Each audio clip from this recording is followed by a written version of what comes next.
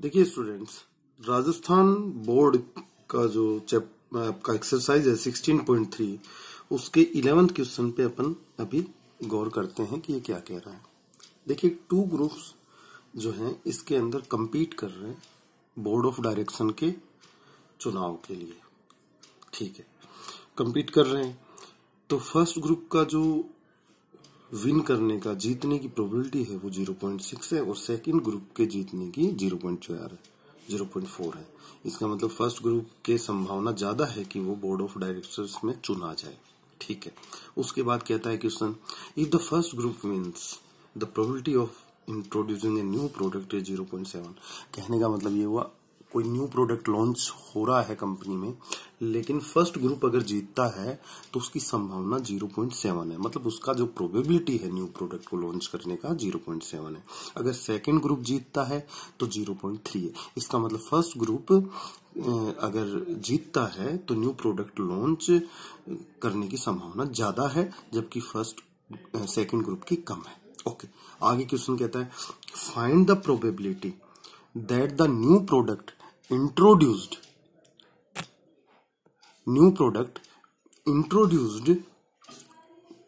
was by the second group। आपको probability find out करनी है स्टूडेंट कि जो न्यू प्रोडक्ट लॉन्च किया है वो सेकंड ग्रुप ने किया है। अब आप ही बताइए, अगर सेकंड ग्रुप ने लॉन्च किया है तो बोर्ड ऑफ डायरेक्टर में सेकंड ग्रुप आया होगा, तभी तो वो लॉन्च कर पाएगा प्रोडक्ट को। तो इसका मतलब सीधा सीधा ये है कि सेकंड ग्रुप को जीतने की प्रोबेबिलिटी आपसे पूछी जा रही है। अब क्वेश्चन को कुछ इस तरह से समझते हैं अपन। इसमें 4 चीजें दी गई हैं स्टूडेंट्स, वो चारों चीजें क्या क्या हैं देखिएगा। फर्स्ट ग्रुप विन, एक तो पहले ग्रुप के जीतने की प्रोबेबिलिटी 0.6 दी हुई है। सेकंड ग्रुप के विन करने की प्रोबेबिलिटी 0.4 दे रही है। आपको न्यू प्रोडक्ट इंट्रोड्यूस्ड करवाया जाएगा यदि फर्स्ट ग्रुप जीतेगा, बाई फर्स्ट ग्रुप, तो इसकी जो फर्स्ट ग्रुप के द्वारा न्यू प्रोडक्ट इंट्रोड्यूस करवाने की जो प्रोबेबिलिटी है 0.7 दी हुई है, और new product introduced by second group ये 0.3 दी हुई है स्टूडेंट्स। अब अपने को किसी भी बेस थ्योरम के क्वेश्चन को करने के लिए ये 4 चीजें, चाहे बेस थ्योरम का हो स्टूडेंट, चाहे टोटल प्रोबेबिलिटी थ्योरम का हो, पार्टीशन की प्रोबेबिलिटी चाहिए होती है, फिर जो इवेंट अकर हो गया है उसकी प्रोबेबिलिटी चाहिए होती है, लेकिन किसके रेस्पेक्ट में? पार्टीशन के रेस्पेक्ट में चाहिए होती है। तो आपको E1 का प्रोबेबिलिटी, E2 का प्रोबेबिलिटी, A बाई E1 का प्रोबेबिलिटी और A बाई E2 की प्रोबेबिलिटी चाहिए होती है। देखिए, यहां पर 2 ही जो है पार्टीशन है सैंपल स्पेस के। सैंपल स्पेस इज दिस, इसके 2 पार्टीशन E1 E2 है। अगर 3 होते तो आपको E1 चाहिए की प्रोबेबिलिटी, E2 की प्रोबेबिलिटी, E3 की प्रोबेबिलिटी, इसके साथ साथ A by E1, A by E2 और A बाई E3 की प्रोबेबिलिटी भी चाहिए होती। यहाँ पे 2 पार्टीशन है तो अपने को ये 4 चीजों की प्रोबेबिलिटी की जरूरत है और चारों दी हुई हैं स्टूडेंट्स। अब ऐसे क्वेश्चंस में प्रॉब्लम क्या आती है? अपन कई बार ये देख लेते हैं कि सैंपल स्पेस की जो प्रोबेबिलिटी है वो 1 होती है। ठीक है, तो अपन यहां कभी भी क्वेश्चन में ज्यादातर हम कोशिश करते हैं कि जिनका सम 1 आए, दैट इज E1 E2। एक रटने की विधि होती है, हम रट लेते हैं कि भाई सैंपल स्पेस की प्रोबेबिलिटी 1 होती है, देन E1 E2 वहां से हम ले लेंगे जहां प्रोबेबिलिटी का सम क्या आ जाए, 1 आ जाए। इस क्वेश्चन को अपने आप में खास बनाने के लिए यही बात है। इन दोनों का सम भी 1 है और इन दोनों का सम भी 1 है। तो बताइए आप E1 E2 इनको लेट करेंगे या फिर इन दोनों को लेट करेंगे? यहां पे समस्या ये है। तो क्वेश्चन रटने की जरूरत नहीं है, क्वेश्चन को समझें। देखिए, ये E1 और E2 की प्रोबेबिलिटी सिंपल प्रोबेबिलिटी है स्टूडेंट्स, लेकिन A by E1 conditional probability है, A बाई E2 की प्रोबेबिलिटी भी कंडीशनल प्रोबेबिलिटी है। तो यहां ध्यान देने वाली बात यह है कि जो A by E1 conditional probability है, इसमें 2 इवेंट की बात हो रही होगी। A बाई E1 में किन की? 2 इवेंट की बात हो रही होगी, और A बाई E2 में भी 2 इवेंट की बात हो रही होगी, जिसमें से ऊपर वाले इवेंट की प्रोबेबिलिटी पूछी जा रही होगी और नीचे वाला इवेंट अकर हो चुका होगा। यही कंडीशनल प्रोबेबिलिटी की डेफिनेशन है। Conditional probability A by B, probability of A by B, it means A, find the probability of A under the condition B is already occurred. तो मतलब ऊपर वाले इवेंट की प्रोबेबिलिटी पूछी जाती है किस कंडीशन में, जब नीचे वाला जो इवेंट है वो अकर हो चुका होता है, घटित हो चुका होता है। तो रटने की बिल्कुल जरूरत नहीं है। स्टूडेंट रटेंगे तो एग्जाम में भूल जाएंगे।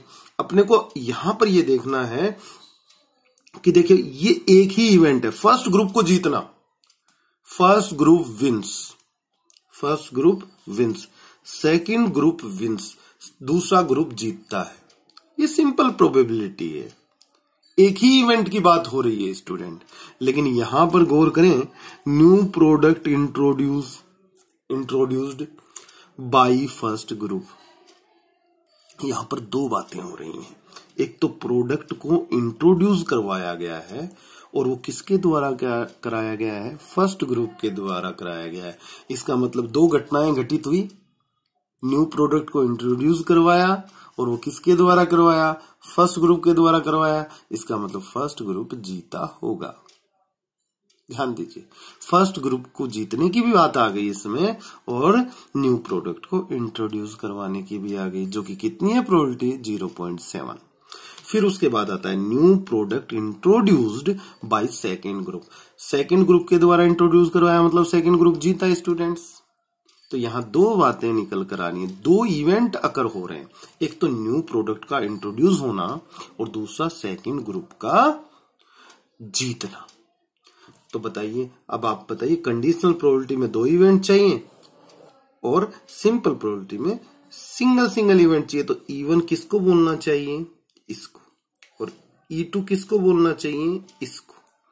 और A by E1 first group जीता, न्यू प्रोडक्ट इंट्रोड्यूस हुआ, इसका मतलब क्या हुआ, सीधा सीधा ये इवेंट।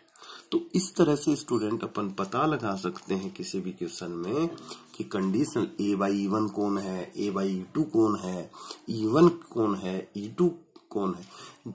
सीधा सीधा है, जिसकी प्रोबेबिलिटी बेस्ड थ्योरम के क्वेश्चन में पूछी जाती है वो तो ए इवेंट होता है, वो तो पार्टीशन होता है, E1, E2, E3, E4 या कोई भी इनमें से होगा।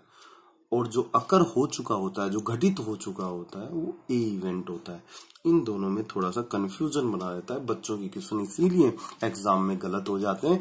लेकिन जो कंसेप्ट से, लॉजिक से इन चीजों को ठीक से समझ लेते हैं उनका कभी भी, और 100% 6 मार्क्स का क्वेश्चन यहां से आता है। आपने अगर ये चैप्टर ठीक से कर लिया, टोटल प्रोबेबिलिटी और इसमें जो कंडीशनल प्रोबेबिलिटी है, तो आपके 6 मार्क्स कहीं भी नहीं जाने वाले हैं। आगे देखते हैं स्टूडेंट, इस क्वेश्चन को करना कैसे और लिखना कैसे अपने को, इस पे बात अपन आगे करते हैं।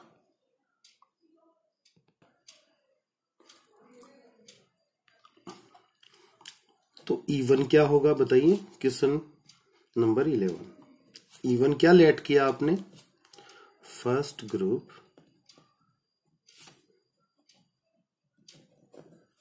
विन। E2 क्या लेट किया स्टूडेंट्स ने, second group win. A by E1, A by E1 का मतलब क्या समझेंगे आप स्टूडेंट्स। A का मतलब, पहले तो A देखिए क्वेश्चन में साफ लिखा हुआ था कि सेकंड कि आपका न्यू प्रोडक्ट लॉन्च होता है तो प्रोबेबिलिटी किसकी ज्ञात करनी है, प्रोबेबिलिटी ज्ञात करनी है फर्स्ट ग्रुप के विन, सेकंड ग्रुप के विन होने की, सॉरी। तो यहां पर न्यू प्रोडक्ट इंट्रोड्यूस्ड, मतलब न्यू प्रोडक्ट को इंट्रोड्यूस करवाया गया है ना, ये आपका इवेंट अकर हो गया स्टूडेंट्स। तो अब प्रोबेबिलिटी ऑफ E1 आपको क्वेश्चन में कितनी दी हुई थी बताइए, फर्स्ट ग्रुप के जीतने की प्रोबेबिलिटी, साफ साफ लिखा हुआ है फर्स्ट ग्रुप जीतेगा, इसकी प्रोबेबिलिटी कितनी है 0.6। सेकंड ग्रुप के जीतने की प्रोबेबिलिटी स्टूडेंट्स बताइए कितनी है 0.4। प्रोबेबिलिटी ए बाई E1 मतलब कि ए का मतलब न्यू प्रोडक्ट लॉन्च हुआ, इंट्रोड्यूस करवाया गया। E1 मतलब फर्स्ट ग्रुप के जीतने के बाद, मतलब फर्स्ट ग्रुप के द्वारा न्यू प्रोडक्ट इंट्रोड्यूस करवाने की प्रोबेबिलिटी आपसे पूछ रहा है। ये कितनी है? 0.7। और प्रोबेबिलिटी ए बाई E2, देखिए दोनों ही मीडियम के स्टूडेंट अपनी क्लास में हैं। दोनों सेक्शंस के लिए मैं एक ही वीडियो बना रहा हूं, और दोनों सेक्शंस जो अपनी हिंदी मीडियम के सेक्शन जितने हैं और इंग्लिश मीडियम के सेक्शन जितने हैं, दोनों एक ही वीडियो से समझ लेंगे। मैं दोनों ही चीजों के बारे में हिंदी में भी बात कर रहा हूं, इंग्लिश में भी बात कर रहा हूं। 0.3 ये हो गया first group win. Hindi medium वाले स्टूडेंट लिखेंगे प्रथम समूह, ग्रुप मतलब समूह का जीतना, ठीक है। विंस, ये है द्वितीय समूह का जीतना। अब वीडियो में इतना ही समझा सकता हूं, बोर्ड पे होंगे तो और अच्छे से अपन क्लासरूम में जब ये कोरोना का हट जाएगा तो अच्छे से इन बातों को ज्ञान कर पाएंगे अपन। लेकिन अभी कोशिश करिए, होमवर्क करते रहिए, और जब आप क्लासरूम में मिलेंगे तो छोटी मोटी बातें जो आपकी क्वेश्चंस होंगे उनको अपन ठीक से ले लेंगे। न्यू प्रोडक्ट इंट्रोड्यूस्ड, नया उत्पाद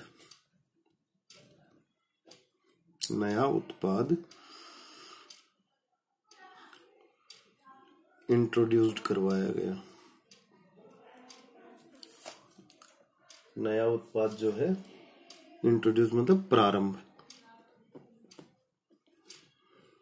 किया गया, इसका मतलब ये हिंदी मीडियम वाले लिखेंगे इस तरह से, इंग्लिश मीडियम वाले। प्रोबेबिलिटी किसकी पीछे? प्रोबेबिलिटी पूछिए सेकंड ग्रुप के द्वारा न्यू प्रोडक्ट जो है इंट्रोड्यूस करवाया गया, तो सेकंड ग्रुप का मतलब E2, और न्यू प्रोडक्ट लॉन्च करवाया गया है तो ये घटना घटित हो गई है, ये पूछा है। आपकी जो इसका थ्योरम का जो बेस थ्योरम से जो फॉर्मूला बनता है वो बनता है प्रोबेबिलिटी ऑफ E2, क्योंकि ऊपर E2 है तो E2 का probability multiply A by E2, और नीचे दोनों का sum, probability of E1 multiply A by E1, conditional probability बोलेंगे इसको, plus probability of E2 multiply A by E2। इनकी वैल्यू जो होंगी स्टूडेंट्स अपन लिख देंगे। E2 का प्रोबेबिलिटी बताइए 0.4 multiply A by E2, A by E2 आपका 0.3, और नीचे में लिख देंगे आप 0.6 मल्टीप्लाई 0.7 प्लस 0.4 मल्टीप्लाई 0.3, और जो भी आंसर आएगा आपका कैलकुलेट करने के बाद वो आप स्टूडेंट्स निकाल लेंगे। That is the probability 2/9 is answer. बहुत ही सिंपल क्वेश्चन है। बताओ सॉल्यूशन तो इतना सा ही है ना, 6 मार्क्स का सॉल्यूशन इतना है। 6 मार्क्स में इतना छोटा क्वेश्चन स्टूडेंट्स को मिल रहा है, बट देखो इसका लॉजिक आप समझने, आप कितना अच्छा समझते हैं इसको, इस बात पे डिपेंड करता है। इसीलिए 6 मार्क्स आपको दिए जाते हैं इन क्वेश्चंस के। आगे देखते हैं, अगला क्वेश्चन लेते हैं। क्वेश्चन नंबर 12 को देखिए। एक लड़की है जो डाई को थ्रो कर रही है। 5 और 6 शो करता है अगर डाई, तो कॉइन को 3 टाइम टॉस करती है। कॉइन को कितने टाइम टॉस कर रही है? 3 टाइम। और हेड और टेल जो है उनको नोट कर लेती है, ठीक है। उसके बाद कहता है कि यदि इफ 1 2 3 4 अगर डाई पे शो हो जाए, एक तो आपको तरीका बता दिया 5 और 6 शो हो, तो कॉइन को 3 टाइम टॉस करेगी वो लड़की। एक्सपेरिमेंट इस तरह से, और 1 आ जाए डाई पे, 2 आ जाए, 3 आ जाए, 4 आ जाए, इन चारों में से कोई आ जाए तो फिर वो 1 टाइम टॉस कर रही है कॉइन को। ये तो आपका एक्सपेरिमेंट हुआ। और वो हेड आ रहा है कि टेल आ रहा है, इस चीज को नोट करती जा रही है। आगे क्या था, if she obtain exactly one head, यहां पर थोड़ा गौर करने की जरूरत है। मैंने कहा जो इवेंट अकर हो जाता है उसको ए बोलते हैं अपन, और जिसका प्रोबेबिलिटी पूछा जा रहा है वो E1, E2, E3 या जो भी पार्टीशन है उसमें से कोई होता है। What is the probability that she threw 1 2 3 4, maximum questions में यही होता है, जिसका प्रोबेबिलिटी पूछा जा रहा है दैट इज पार्टीशन। तो 1 2 3 4 आना इज द वन पार्टीशन, तो सीधी सी बात है 1 2 3 4 आ रहा है या फिर 5 6 आ रहा है, तो दो पार्टीशन E1 और E2 स्टूडेंट्स को दिखाई देंगे। E1 क्या बोल दो आप, 5 और 6 आना, और E2 क्या बोल दो, 1 2 3 4 आना, जिसकी प्रोबेबिलिटी अपने को देनी है। और C obtain exactly one head, ये जो अकर हो गया ये अपना ए इवेंट होता है स्टूडेंट्स। तो इस क्वेश्चन को किस तरह से करेंगे देखिएगा। क्वेश्चन नंबर 12 आपने लेट किया, E1 इज द E1 आपका एक इवेंट हो गया। E1 का मतलब गेटिंग 1 2 3 और 4, इस तरह से ऑन डाई। E2 का मतलब क्या समझेंगे आप, गेटिंग 4 तक आ गया, 5 और 6 दूसरी संभावना ऑन डाई। हिंदी वाले स्टूडेंट लिखेंगे पासे पर 1 2 3 4 प्राप्त होना, और यहां पर लिख देंगे पासे पर 5 या 6 प्राप्त होना, इसका मतलब ये हुआ। ठीक है, अब प्रोबेबिलिटी ऑफ पहले तो ए इवेंट जो घटना घटित होगी, घटित क्या होगी, पासे पे एग्जैक्टली वन हेड, क्या कर रहा है पासा, एग्जैक्टली वन हेड शो कर रहा है, तो गेटिंग एग्जैक्टली वन हेड, सिक्के पर एग्जैक्टली का मतलब हिंदी में बोलते हैं तथ्यतः, आपने लिखा देखा होगा, तथ्यतः एक चित्त प्रकट होना, इस तरह से आप लिखते हैं। अब अपने को चाहिए क्या होता है बेस के लिए स्टूडेंट्स, बेस के लिए चाहिए होता है प्रोबेबिलिटी ऑफ, अच्छा पूछी किसकी गई है, गेटिंग 1 2 3 4 ऑन डाई, जबकि सिक्के पर एक चित्त प्रकट होता है। तो अपने को पूछा गया है प्रोबेबिलिटी E1 1 2 3 4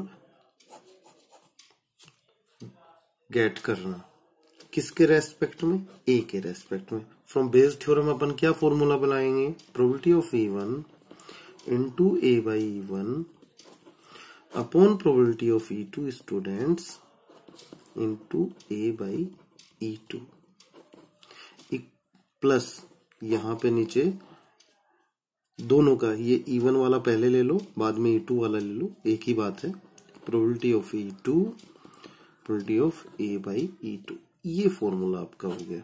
आपको E1 का प्रोबेबिलिटी चाहिए, E2 का चाहिए, ए बाई E1 का चाहिए और ए बाई E2 का चाहिए। तो यहां पर प्रोबेबिलिटी देखिएगा, प्रोबेबिलिटी ऑफ E1 कितना हो जाएगा आपका, गेटिंग 1 2 3 और 4। देखिए जब भी प्रोबेबिलिटी अपन निकालते हैं तो अपन ने जिस इवेंट को जो माना है, जो लेट किया है, उस पर जाते हैं। अपने को अपने तरफ से कुछ नहीं सोचना है। हमारी आदत थोड़ी सी ऐसी होती है कि हम लोग अपनी तरफ से कुछ ज्यादा सोच लेते हैं, जबकि मैथमेटिक्स कहता है उतना ही सोचना है जितना लिखा गया है। अब E1 है तो E1 को देखना है, 1 2 3 4 क्या लिखा है, पासे पर 1 2 3 4 प्राप्त होना, इससे ज्यादा दिमाग लगाने की जरूरत नहीं है। अब पासे पे क्या प्राप्त हो सकते हैं, 1 2 3 4 5 6, रिजल्ट क्या होते हैं टोटल 6, और अपने को क्या चाहिए, favourable result 1 2 3 4 4 by 6 is the probability, 4/6 1 2 3 4 प्राप्त होनी, यानी कि 2/3 is the probability. Probability of E2 कितना हो जाएगा इसमें देखिएगा। E2 का मतलब 5 और 6 आना, फेवरेबल रिजल्ट 2, टोटल 6, 1/3। अब देखिए प्रोबेबिलिटी ऑफ A/E1। अब ऊपर कंडीशनल प्रोबेबिलिटी दिखाई दे रही है, नीचे में इवेंट आ गया, कंडीशनल हो गया। ऊपर वाले की देनी है, नीचे वाला आकर हो गया। ऊपर वाला क्या है? ए का मतलब गेटिंग एग्जैक्टली वन हेड आना। ए का मतलब है वन हेड आना। इवन का मतलब पासे पर 1 2 3 4 आना। पासे पर 1 2 3 4 आता है तो कितनी बार पासा फेंका जाता है? क्वेश्चन में लिखा हुआ है पासे को एक बार फेंका जाता है, और पासे को एक बार फेंका जाता है स्टूडेंट्स, तो प्रोबेबिलिटी अपनी कितनी हो जाएगी? हेड एक बार फेंकेंगे तो कितना सैंपल स्पेस, इसका सैंपल स्पेस बताता हूं, एस कितना बनेगा आपका? इसका एस बनेगा या तो हेड या फिर टेल। एक हेड आने की probability is 1/2। Probability of A/E2 students.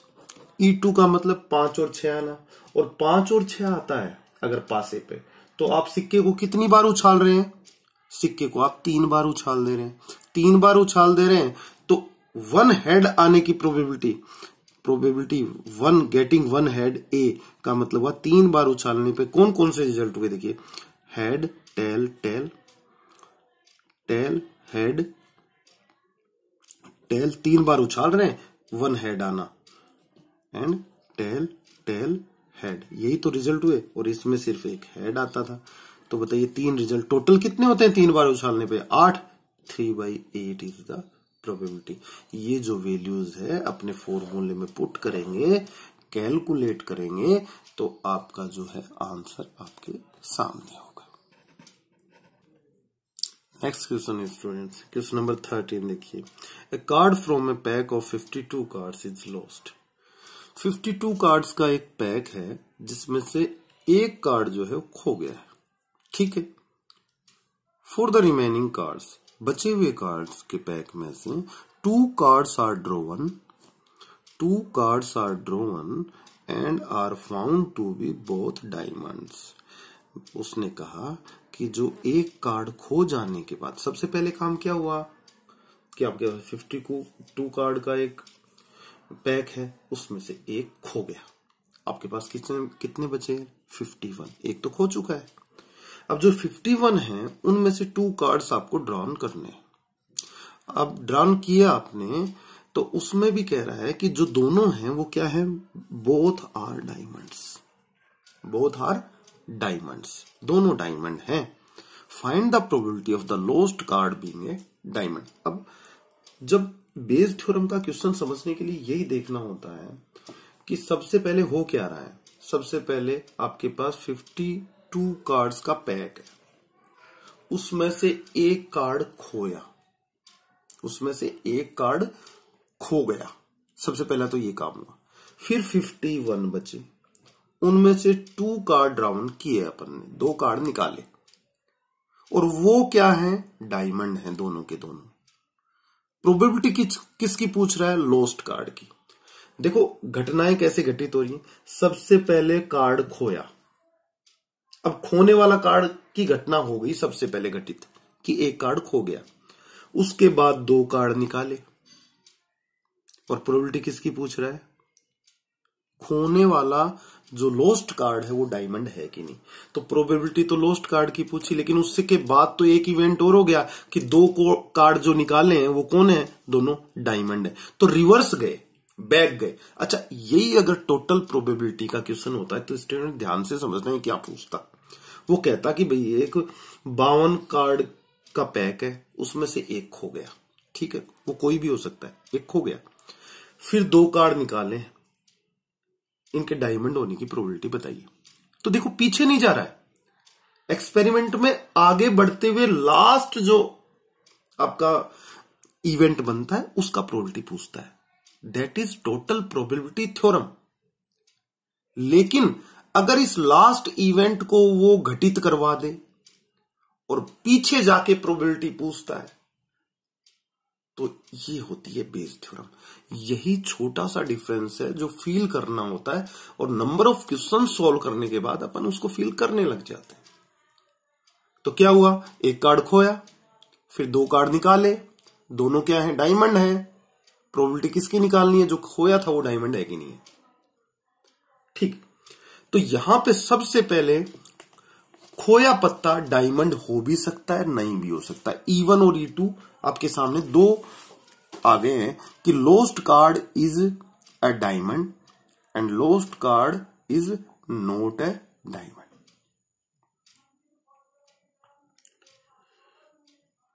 तो E1 क्वेश्चन नंबर आपका जो है ये 13 है। लेट लोस्ट कार्ड, E1 को लेट कर रहे हैं अपन, लोस्ट कार्ड इज डायमंड। खोया पत्ता, सबसे पहले खोया है, खोया पत्ता ईंट का है। एक बात। दूसरा E2 lost card is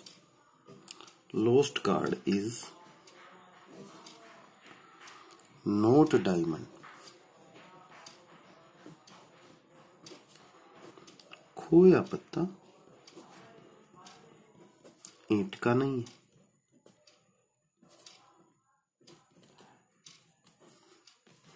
a निकाल, उसके बाद 2 पत्ते निकालने रिमेनिंग में से। ड्रॉइंग 2 कार्ड्स,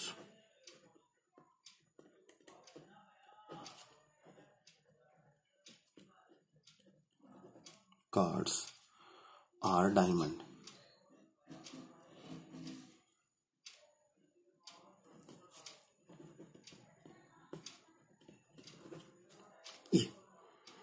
निकाले गए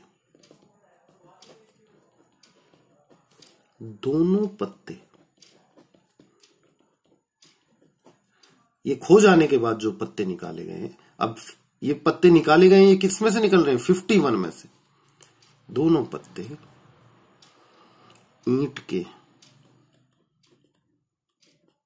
ये क्वेश्चन आपका बन गया। सैंपल स्पेस के 2 पार्ट हो गए, खोया पत्ता या तो ईंट का है या नहीं।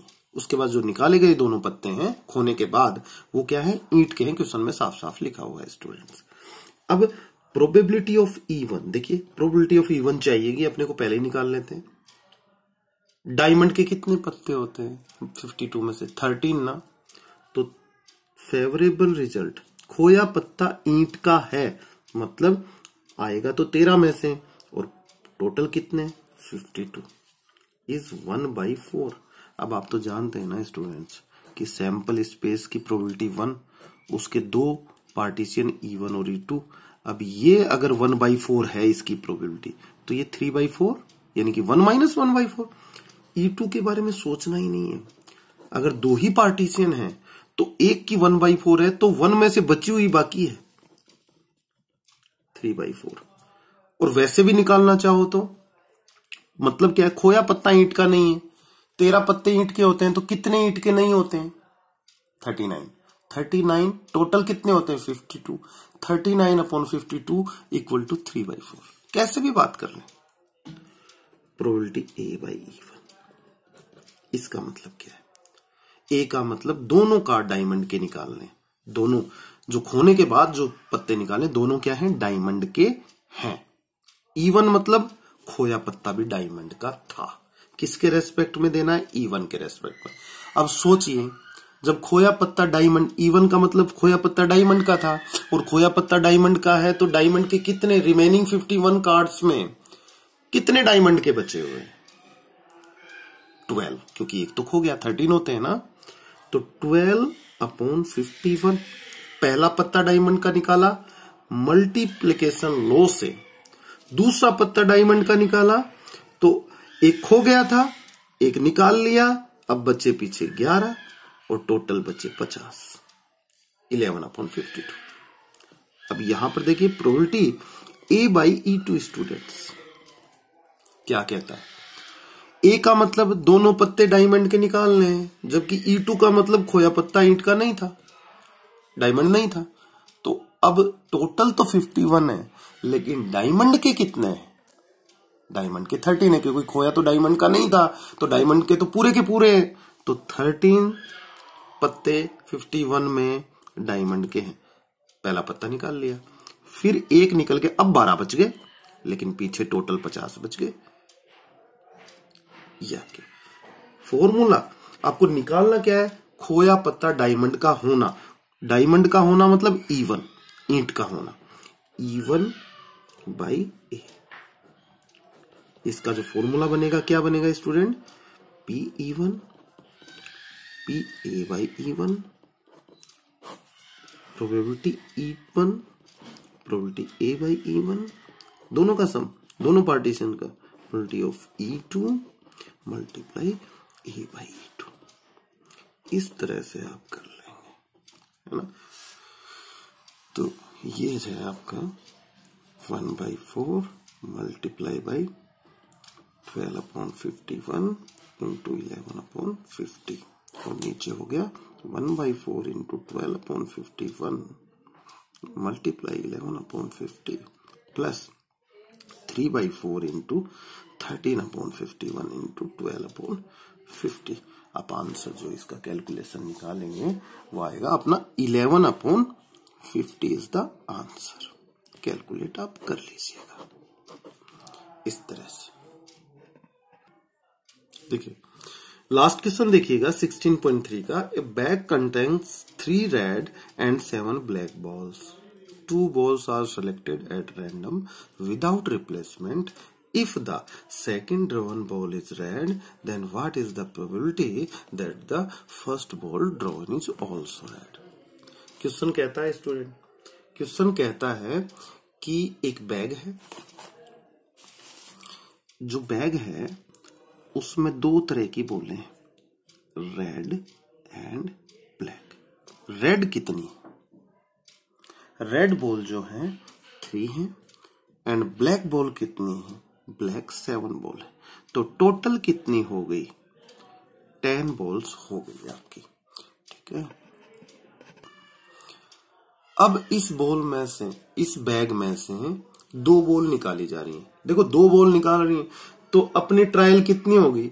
बैग के अंदर 10 बॉलें हैं, मैंने एक बॉल पहले निकाली, इज द फर्स्ट ट्रायल, फिर मैंने दूसरी निकाली विदाउट रिप्लेसमेंट। जो पहले निकाल दी वो दोबारा अंदर बैग में नहीं रखनी है। ये 11th क्लास में अपन ने खूब समझा है अच्छे से, कैसे किस तरह से होता है। अच्छा 2 बॉल निकालनी है,